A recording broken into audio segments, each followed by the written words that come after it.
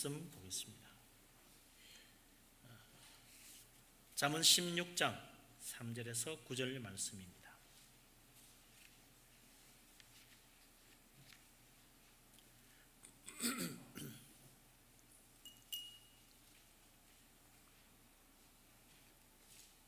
잠언 16장 3절부터 9절까지 다 같이 한 목소리로 말씀 받들어 읽습니다. 너의 행사를 여호와께 맡기라. 그리하면 내가 경영하는 것이 이루어지리라. 여호와께서 온갖 것을 그 쓰임에 적당하게 지으셨나니 악인도 악한 날에 적당하게 하셨느니라. 무릇 마음이 교만한 자를 여호와께서 미워하시나니 피차 손을 잡을지라도 벌을 면하지 못하리라. 인자와 진리로 인하여 죄악이 속하게 되고 여호와를 경외함으로 말미암아 악에서 떠나게 되느니라. 사람의 행위가 여호와를 기쁘시게 하면 그 사람의 원수라도 그와 더불어 화목하게 하시느니라. 적은 소득이 공의를 겸하면 많은 소득이 불의를 겸하는 것보다 나으니라. 사람이 마음으로 자기의 길을 계획할지라도 그의 걸음을 인도하시는 이는 여호와시니라. 아멘.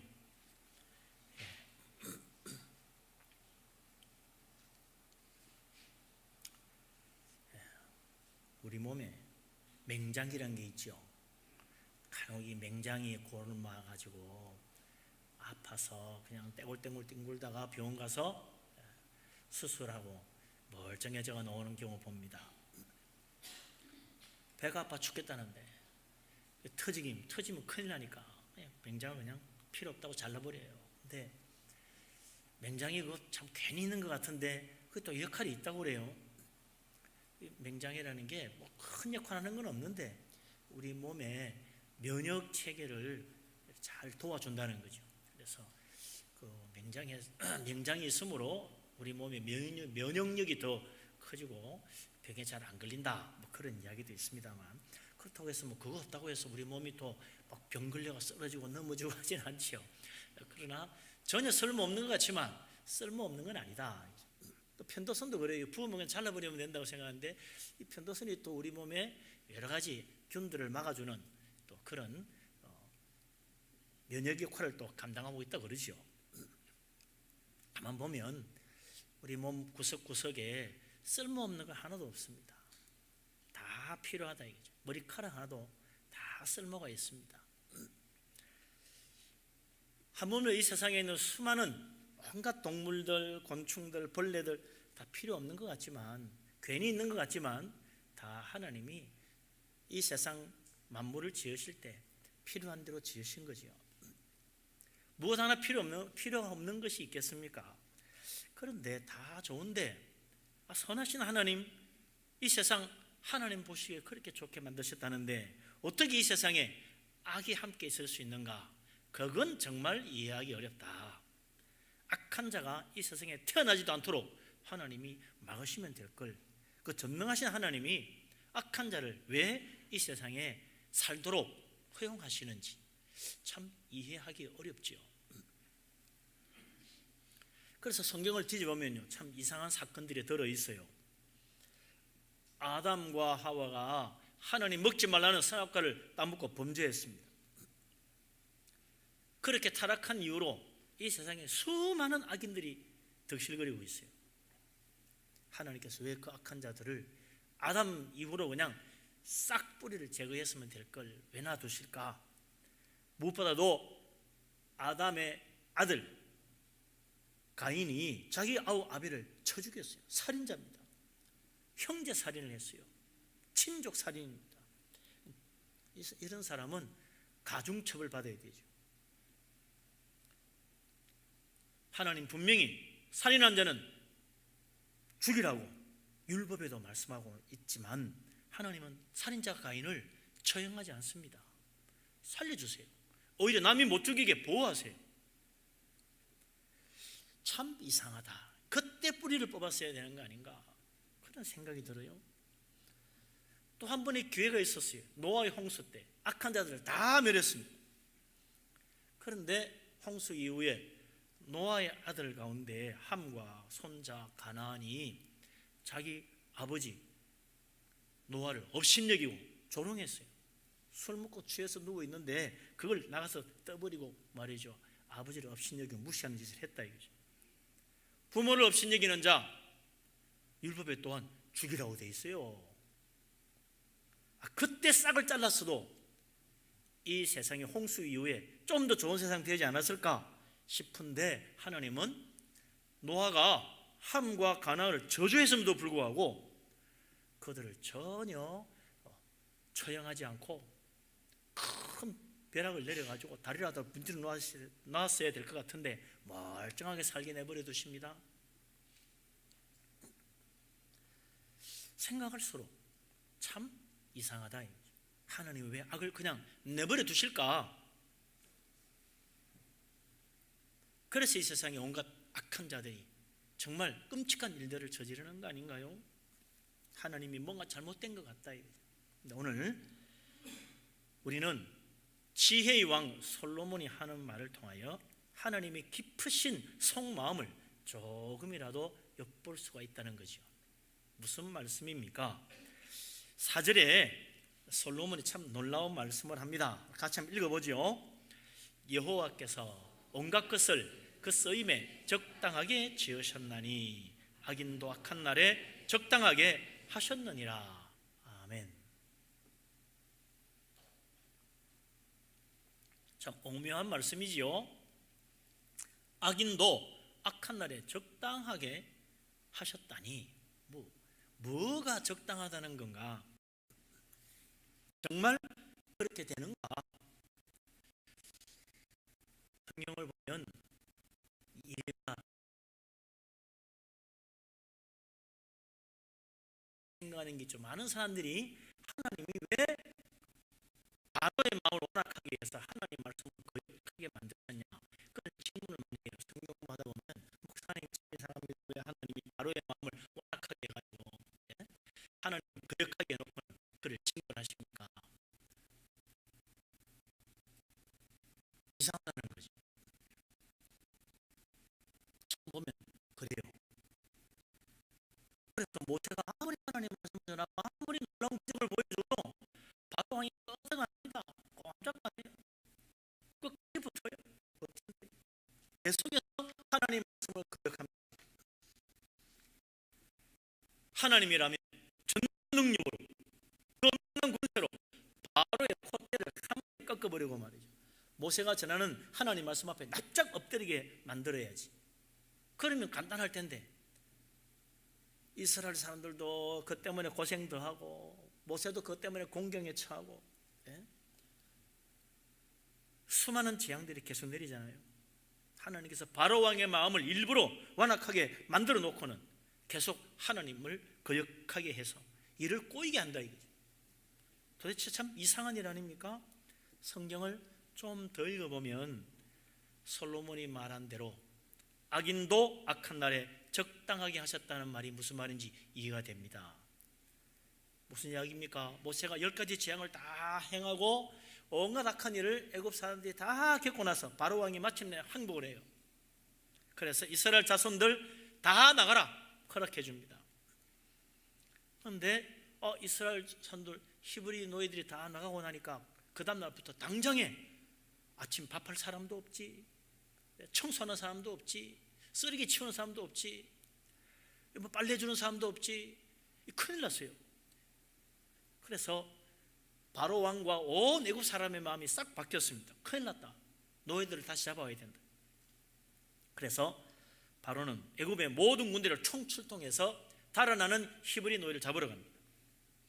그런데 홍해바다 앞에 와가지고 엄청나게 놀라운 광경을 보지요.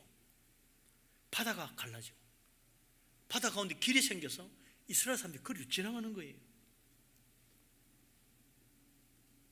이번에 놓치면 이제 진짜 끝장이라. 그때 하나님이 이렇게 말씀하십니다. 출애굽기 14장 17절 18절에 있는데요, 하나님이 뭐라고 말씀합니까?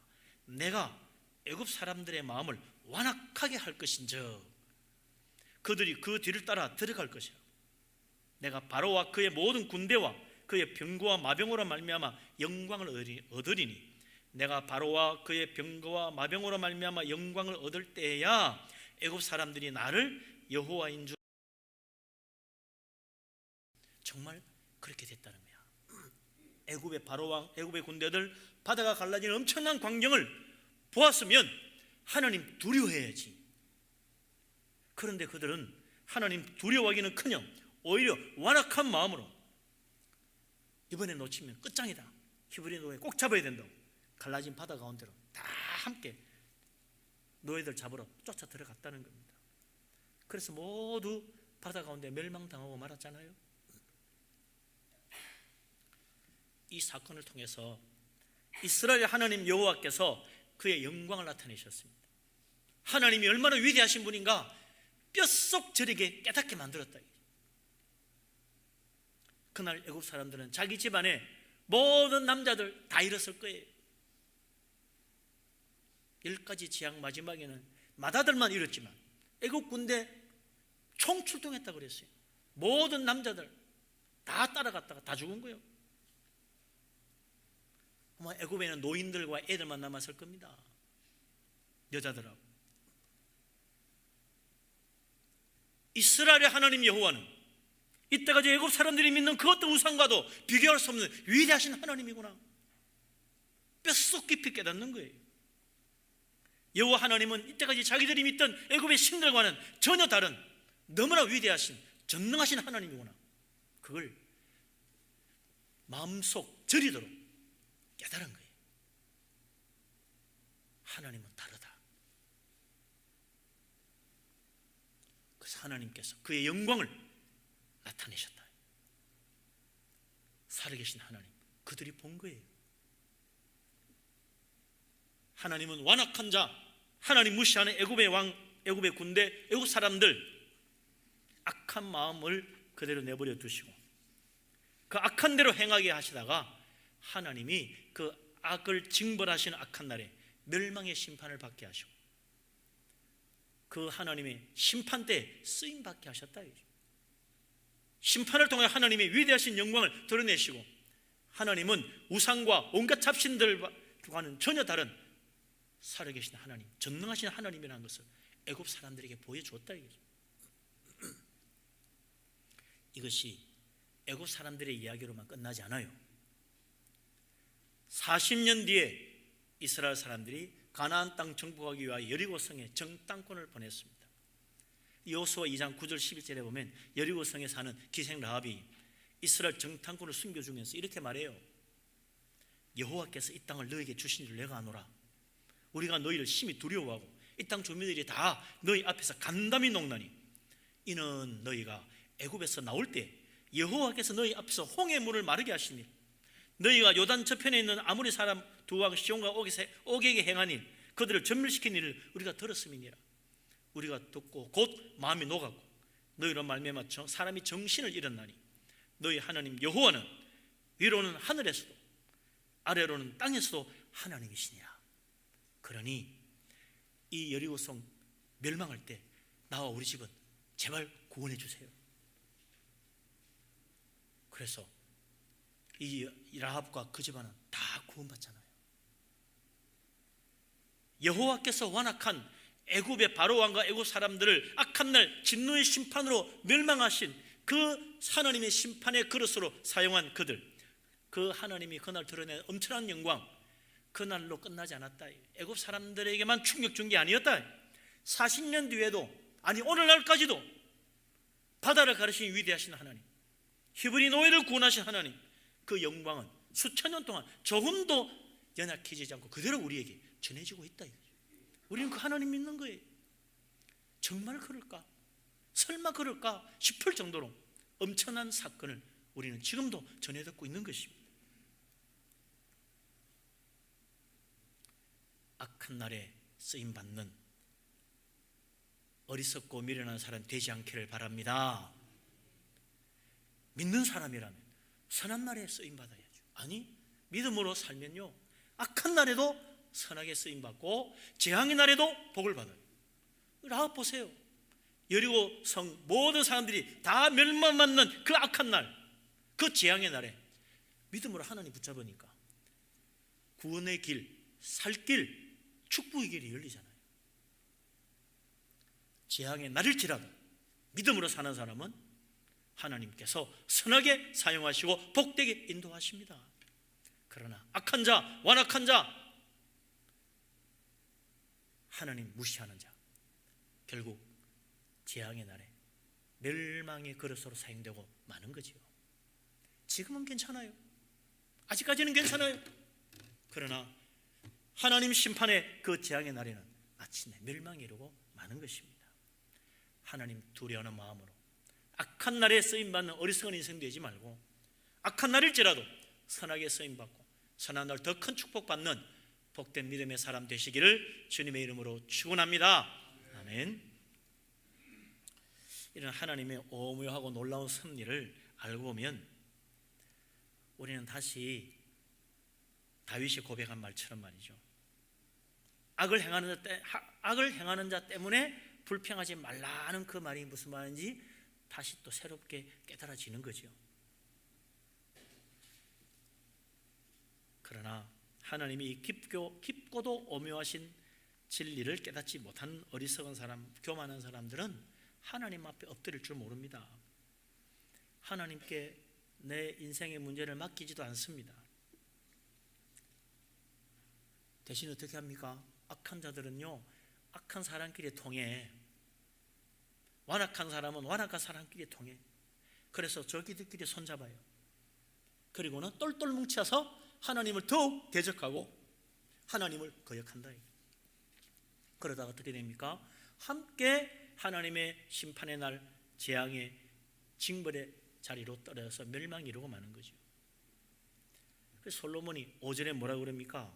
무릇 마음이 교만한 자를 여호와께서 미워하시나니 피차 손을 잡을지라도 벌을 면하지 못하리라. 오히려 손잡고 함께 악을 꾀함으로 함께 멸망받는 심판의 날 한꺼번에 모아서 하나님이 심판하는 그 자리에 서는 어리석은 사람 되고 만다. 완악한 자, 교만한 자, 악한 자, 자기의 계획과 뜻을 이루기 위해서 자기 편 만들려고 했습니다. 한 사람이라도 더 내 편 되게 하려고 이 사람 손잡고 저 사람 손잡아가지고 세력만 커지면 괜찮을 줄 알지요. 자기 뜻대로 될 줄 알지요. 천만에요. 하나님은 마음이 교만한 자, 악한 자, 피차 손을 잡을지라도 하나님은 그들을 미워하시고 벌하셔서 멸망에 이르게 만든다는 것입니다. 우리 하나님, 우리에게 하나님 의지하라고 말씀하십니다. 사울 왕처럼 끝까지 자기 생각대로 자기 계획대로 밀고 가다가 하나님의 저주를 받아 멸망에 이르는 그런 인생 되면 안 되잖아요. 하나님이 사울 왕이 분명히 이야기했어요. 너 하나님 말씀 무시하고 하나님 말씀대로 행하지 않으니 내가 그를 버려 더 이상 왕이 되지 못하게 하였느니라.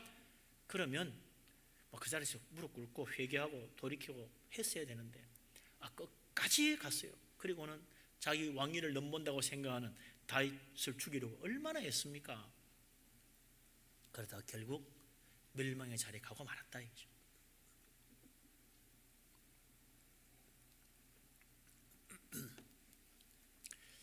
우리는 그래서 믿음으로 살아야 됩니다.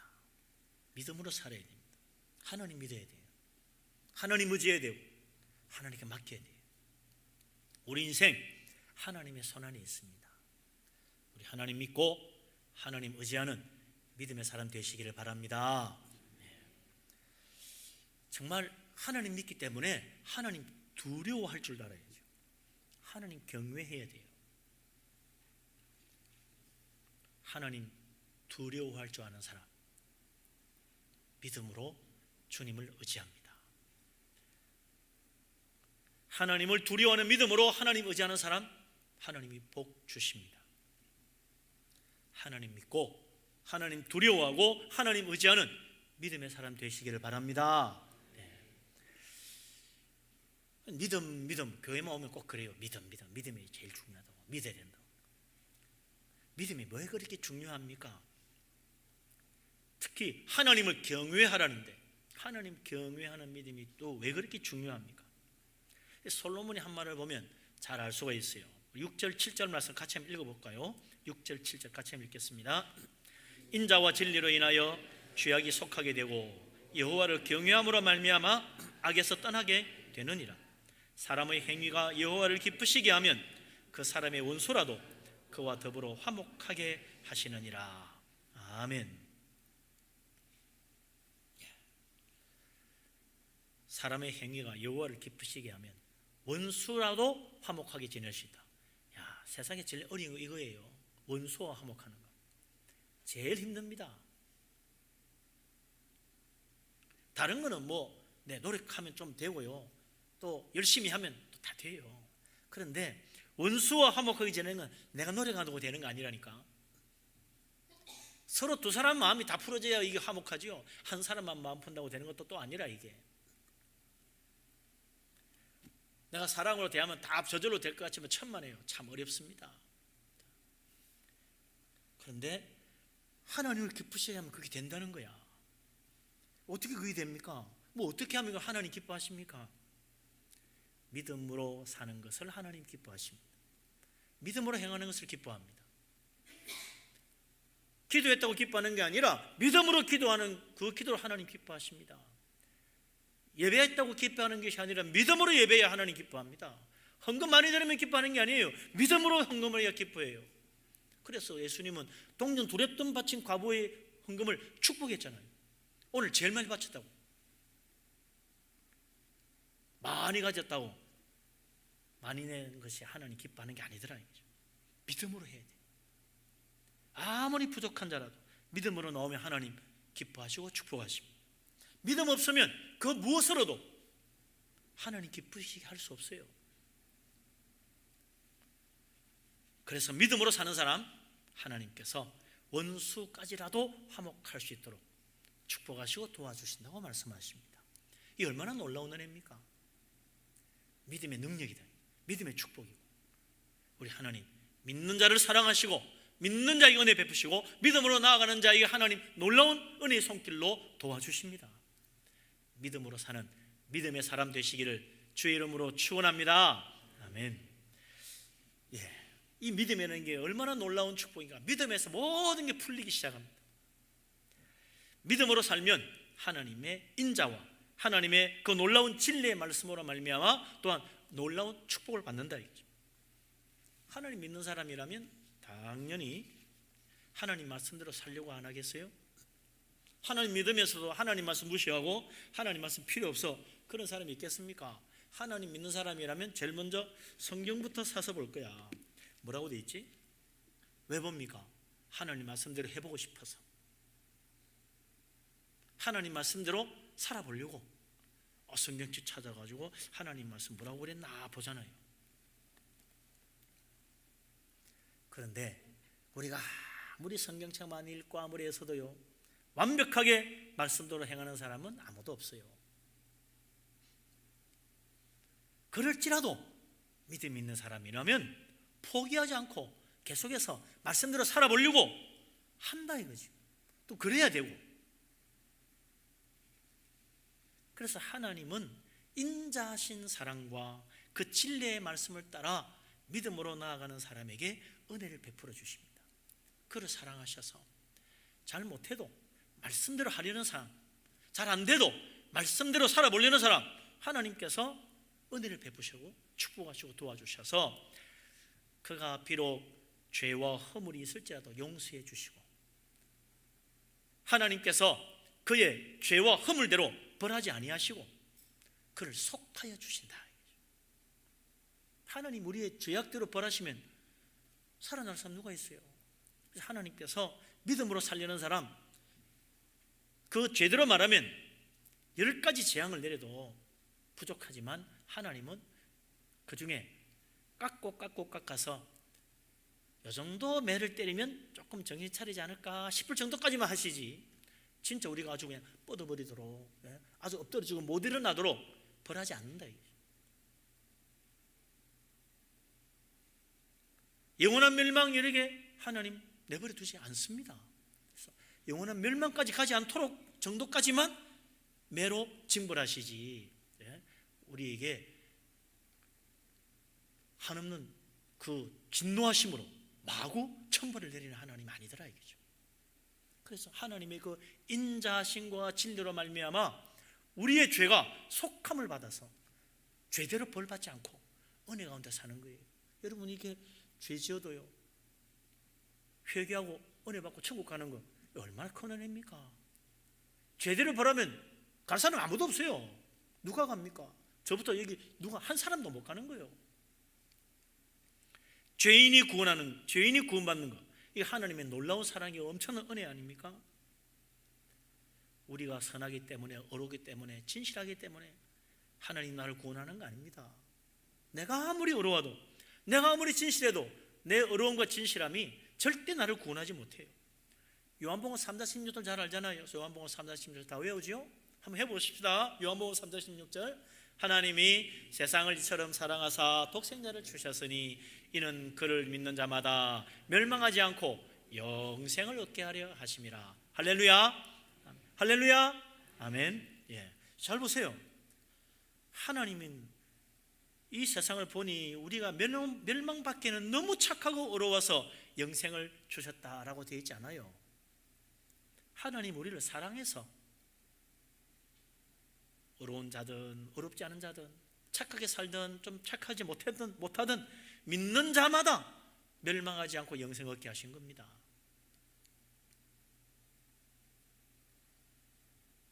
하나님 우리를 사랑하시기 때문에 언제든지 주님 앞에 엎드려 주여 나를 불쌍히 여기십시오. 나는 죄인입니다. 내가 또 이 죄 지었습니다. 어떻게 하면 좋습니까? 하나님 앞에 엎드리면요, 하나님 용서하세요. 용서하세요.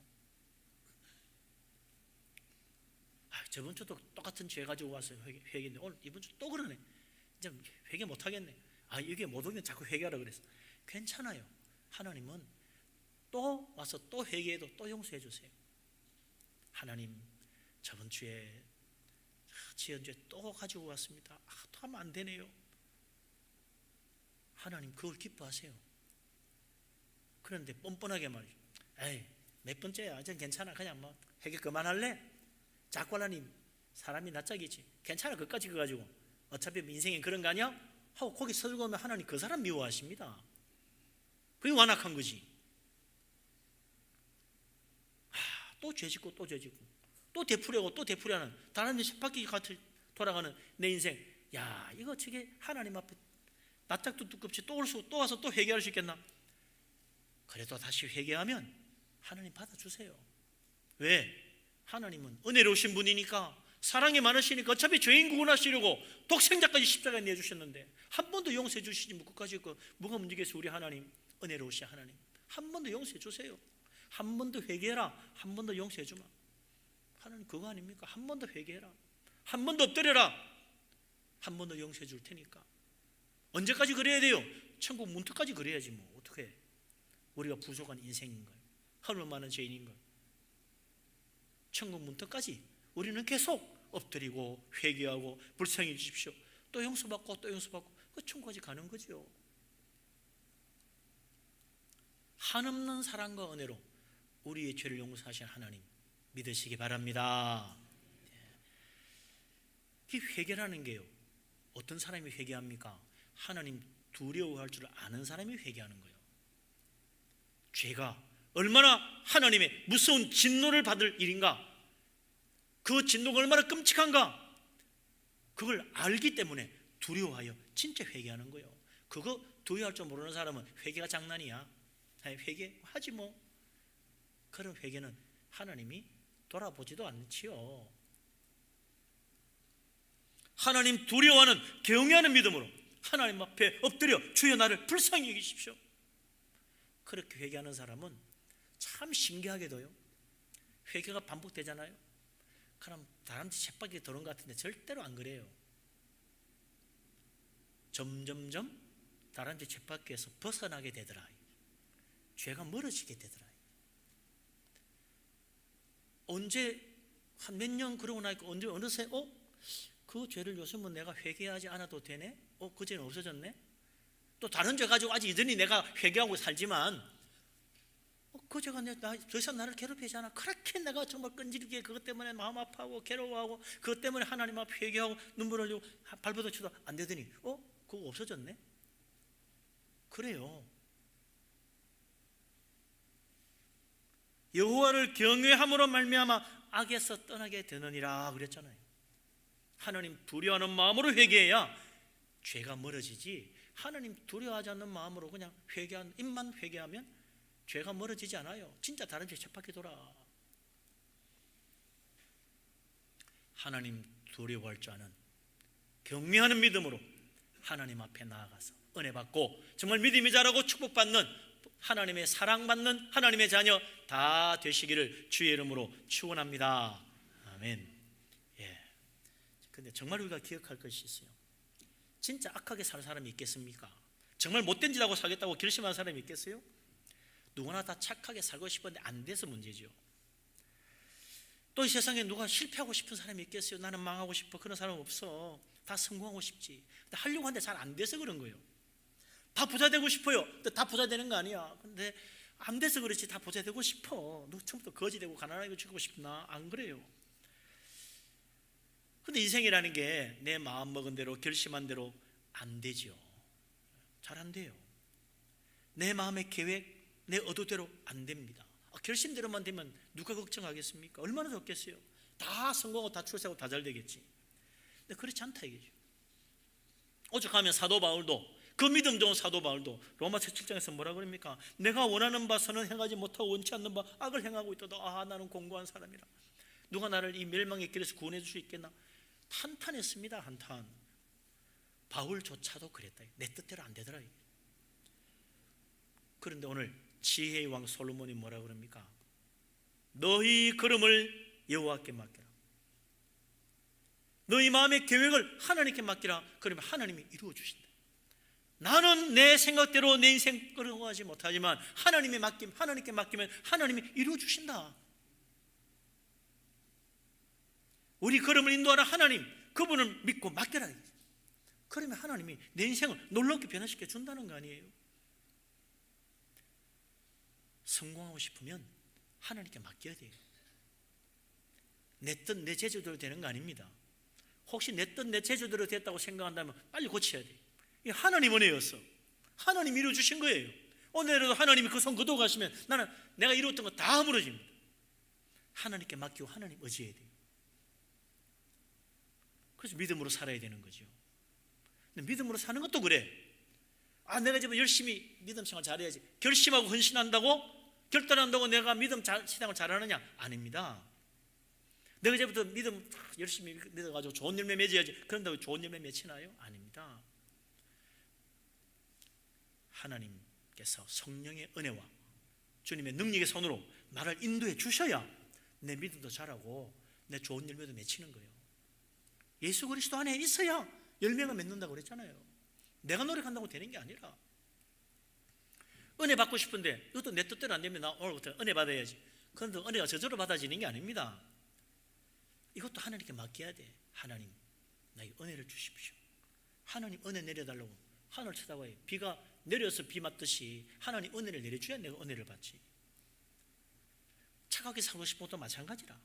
내 마음대로 안 됩니다. 하나님이 나를 인도하시고 도와주셔야 좋은 일 하고 사는 거지. 악을 떠나는 것도, 어렵게 행하는 것도, 주님을 섬기는 것도, 헌신하는 것도, 유혹을 이기는 것도 다 하나님 도와주셔야 돼.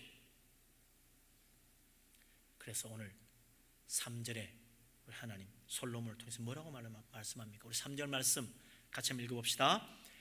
너의 행사를 여호와께 맡기라. 그리하면 내가 경영하는 것이 이루어지리라. 아멘. 하나님께 맡겨야 됩니다. 그러면 하나님 이루어 주십니다. 하나님 믿고 하나님께 맡기면 그때부터 달라져요. 예?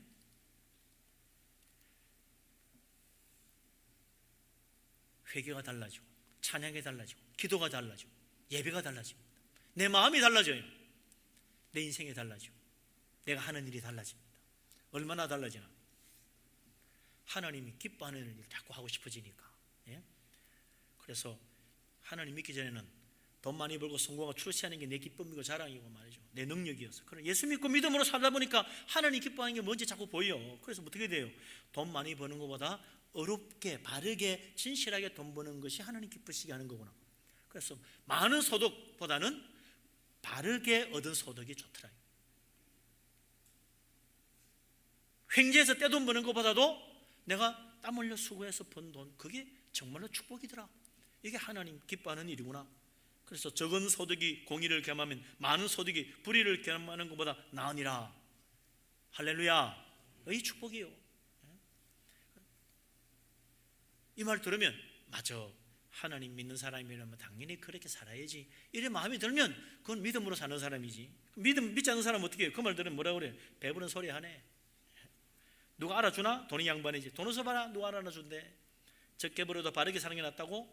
너나 그렇게 살아라, 바보 같으니. 잘난 척하기는. 그러면서 말이죠, 예수 믿는 사람 비웃어요. 믿음으로 사는 사람, 그래서 세상 사람과 다른 겁니다. 행동이 달라지고 생각이 달라지고 말이 달라지고 인생이 달라지는 걸. 나는 별로 달라진 게 없는데요. 잘못 믿은 거지. 이제부터 생각을 바꿔야 돼요. 믿음 중심으로 살아야 돼요. 예수 믿고 1년, 2년, 10년, 20년 살다 보면 달라집니다. 악은 멀어지고 하나님의 선하심이 가까워지고, 지옥은 멀어지고 천국은 가까워지는 거예요. 사탄의 유혹은 멀어지고 하나님의 축복의 손은 가까워지는 거예요. 내 속에 욕심은 멀어지고 예수 그리스도 성령의 은혜가 내 안에 자꾸 채워지는 거예요. 이걸 신학적으로는 성화라, 거룩하게 되어간다는 겁니다. 예수 믿고 오늘부터 거룩하게 변화되어 우리 하나님 기뻐하시는 선하님을 믿고 우리 하나님 영광 돌리는 축복의 사람 되시기를 주의 이름으로 축원합니다. 아멘. 기도합니다. 하나님, 우리를 사랑하심을 감사합니다.